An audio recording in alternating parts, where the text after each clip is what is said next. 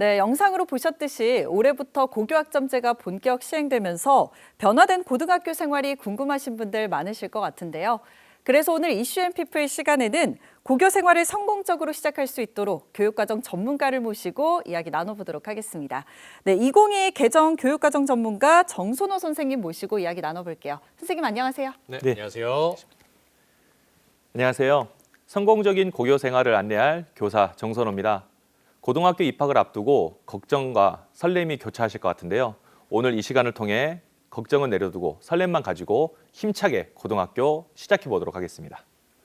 네, 저희가 고교 학점제에 대해서 이야기는 사실 많이 들어봤는데 정작 학교에서는 어떻게 시행이 되는지는 잘 모르겠어요. 학부모님이나 신입생분들도 궁금하신 점이 많으실 것 같은데요.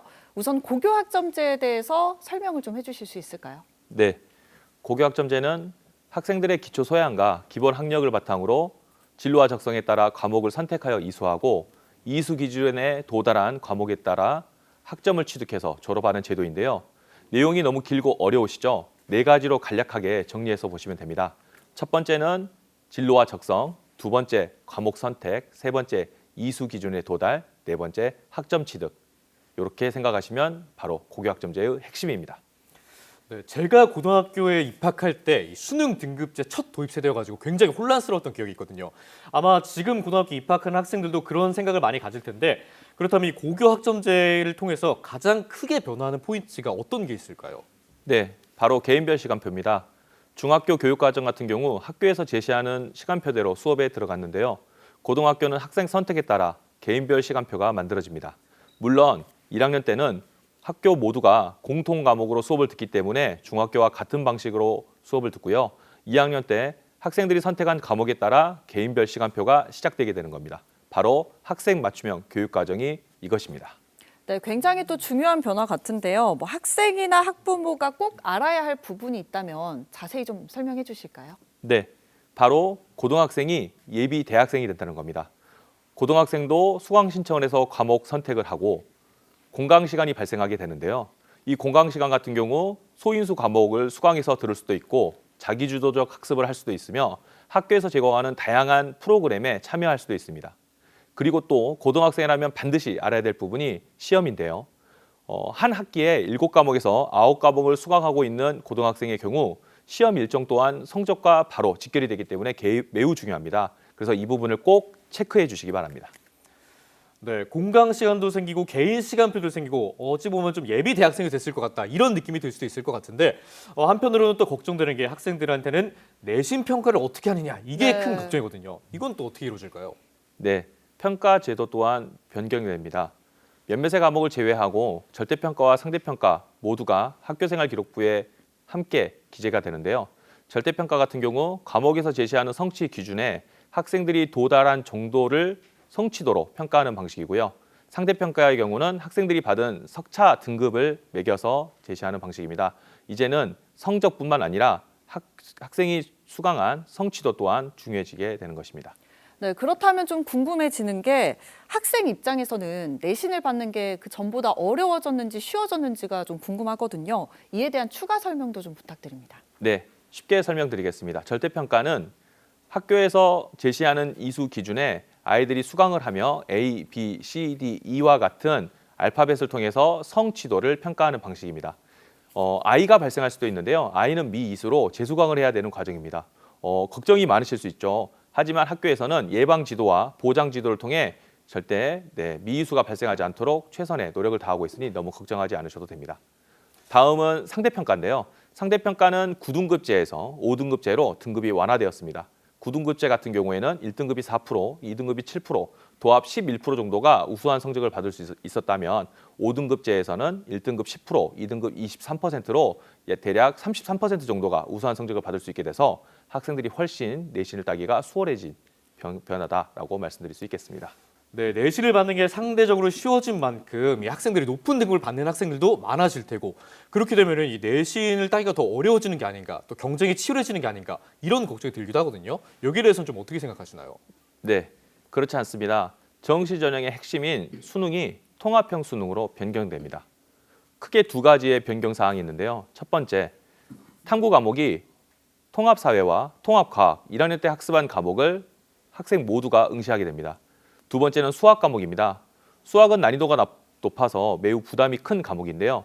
기존의 수능에서는 확률과 통계, 미적분, 기하를 선택해서 수능을 치렀지만 통합형 수능에서는 미적분과 기하가 제외되고 확률과 통계를 통해서 수능을 치르게 되기 때문에 난이도가 많이 내려오게 됩니다. 난이도가 내려왔다는 것은 변별력에도 큰 영향을 주게 되게 돼서 결국은 입시 제도의 변화도 불가피한데요. 서울대학교 같은 경우 이 입시 제도에 대한 대안으로 2028 대입제도 개편안을 이미 발표한 상황입니다.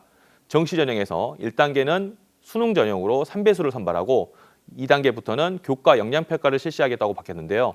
이는 학생부를 평가의 요소로 확인하겠다라는 의미로 이제 내신과 수능 모두가 입시에서 중요한 요소가 된 것입니다. 네, 그럼 선생님 말씀을 들어보면 통합 수능은 쉬워지고 그에 따라서 N수생은 점점 사라질 것 같은데요. 결국 학교 수업에 충실하고 좋은 평가를 받는 게 더 중요해졌다 이렇게 볼 수 있겠네요. 네, 맞습니다. 기존의 학교 교육은 학교 공급자 중심의 교육이었기 때문에 수업에서 흥미를 잃거나 실증을 느끼는 경우가 많았습니다. 하지만 고교학점제 본격 시행에 따라 수요자 맞춤 교육이 진행이 되면서 이제는 학생들이 직접 과목을 선택하고 수업에 참여하기 때문에 흥미도 높아지고 학생 참여형 수업이 내실 있게 운영될 수 있는 것입니다. 여기서 한 가지 더 팁을 드리자면요. 각 대학별로 제시하고자 하는 인재상들이 있습니다. 그 인재상을 먼저 확인한 후 내가 학교 교육에 참여하면 그 대학에서 요구하는 학생으로 선발될 수 있기 때문에 훨씬 더 큰 효과를 가질 수 있을 것입니다. 네, 그렇다면은 정말 더 효율적인 고교 생활을 하기 위해서 선생님만의 꿀팁이 있다면은 아마 이 방송을 보고 계신 학생과 또 학부모들이 많이 있을 거거든요. 한 가지만 전해주시죠.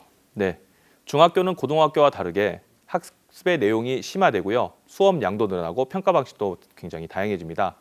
이러한 변화 속에서 많은 학생들이 처음에 흔들리고 긴장하는 경우가 되게 많은데요. 저는 세 가지 꿀팁을 드리고자 합니다. 첫 번째는 입학 초기 학교 생활 적응에 충실하셔야 됩니다. 학교에서 제시하는 많은 정보들을 흘리지 마시고 정확하게 숙지해서 적극적으로 활용할 수 있으셔야 됩니다. 두 번째는 학업 성취도를 높이셔야 됩니다. 높은 등급을 따기가 쉬워진 만큼 내신 경쟁이 치열해질 것은 사실입니다. 그렇기 때문에 낮은 과목이 발생하지 않도록 학습 전략이 필요하고요. 마지막 세 번째는 나만의 학습 포트폴리오, 즉 진로 역량이 필요합니다. 대부분의 아이들이 가지고 있는 진로가 비슷합니다. 그리고 참여하는 프로그램도 유사하기 때문에 학생부의 기록이 크게 대동소이합니다. 그렇기 때문에 여러분들이 나만의 진로 포트폴리오를 만들 수 있도록 나의 강점과 약점을 분석하여 자신의 삶과 연계되는 다양한 프로그램에 참여해서 이것을 기록으로 연계시킨다면 충분히 경쟁력 있는 학생부로 마무리될 수 있을 것입니다. 네, 선생님 오늘 정말 좋은 말씀 많이 해주셨는데요. 마지막으로 고등학교 생활을 시작하는 우리 학생들, 학부모님들께 꼭 전하고 싶은 말씀이 있다면 좀 부탁드리겠습니다. 네, 고교학점제 본격 시행으로 학교 현장은 빠르게 변화하고 있습니다. 수업은 물론 평가, 더 나아가 수능, 그리고 입시제도까지 연쇄적으로 바뀌고 있는데요. 이 변화의 중심에는 바로 학생 주도성이 있습니다. 그런데 이 학생 주도성이라고 하는 것이 고등학교 입학과 동시에 바로 실현되기는 어렵기 때문에 연습이 반드시 필요합니다. 그 연습의 방법으로 모두가 한 목소리로 말하는 게 있습니다. 바로 독서입니다. 독서는 책을 통해서 생각을 넓히고 지적 호기심을 바탕으로 지식을 체득하고 지적 성취감을 바탕으로 자신의 답을 정할 수 있습니다. 바로 이러한 과정이 학생 주도성 그 자체이기 때문입니다. 아마 이 이야기를 듣고 계신 많은 분들이 독서 너무 늦은 거 아닌가라고 생각하실 수가 있습니다. 하지만 우린 너무나 잘 알고 계시다시피 늦었다 싶을 때가 가장 빠를 때고요. 시작이 반입니다. 네, 고교학점제 때문에 아마 걱정하고 계신 분들 많이 계실 겁니다. 하지만 너무 걱정하지 마시고요. 선생님이 말씀해 주신 것처럼 독서 열심히 하면서 잘 준비하시면 좋을 것 같습니다. 네, 선생님 오늘 말씀 고맙습니다. 감사합니다. 감사합니다.